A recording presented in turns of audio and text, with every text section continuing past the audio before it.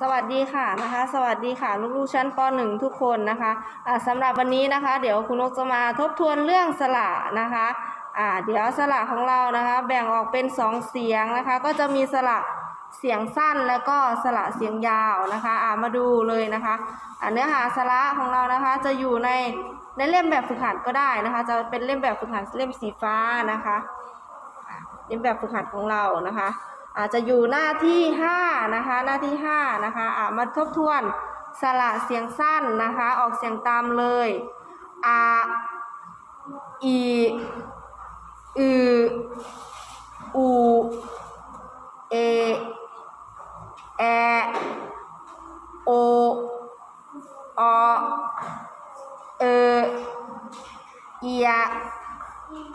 เอืออัวไอ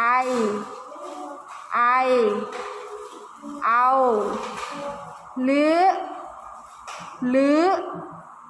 นะคะอันนี้คือรูปสระเสียงสั้นนะคะด้านล่างนะคะด้านล่างจะเป็นสระเสียงยาวนะคะจะมีทั้งหมด14เสียงนะคะจะมีทั้งหมด14เสียงออกเสียงตามเลยค่ะอีอืออูเอแอโออเอเอียเอืออัวลือ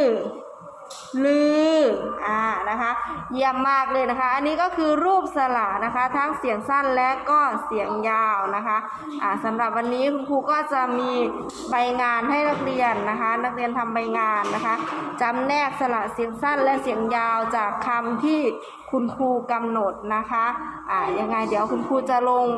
แบบฝึกหัดให้นะคะสำหรับวันนี้ขอบคุณค่ะสวัสดีค่ะ